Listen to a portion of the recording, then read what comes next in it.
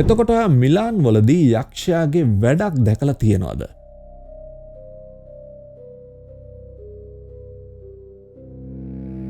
මේ ගලේ තියෙන හිල් දෙක බලන්න.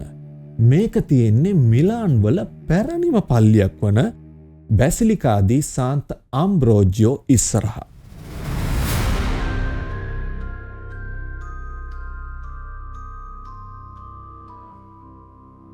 පුරාවෘත්තවලට අනුව 4 වන සියවසේදී සාන්ත අම්බ්‍රෝස් එක්ක සටන් කරපු සාතන් තරහට මේ කනුවට ඔළුවෙන් නැන්නලු.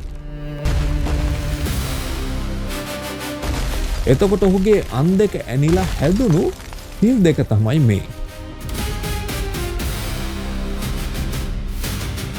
අදටත් මේක යක්ෂයාගේ කනුව එහෙමත් නැත්නම් ඩෙවිල්ස් කොලම් කියලා හඳුන්වනවා.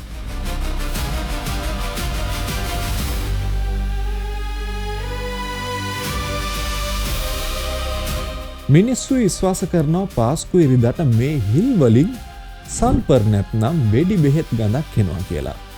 ඔයත් ගිහින් ඇඟිල්ල පොඩ්ඩක් දාලා බලන්න.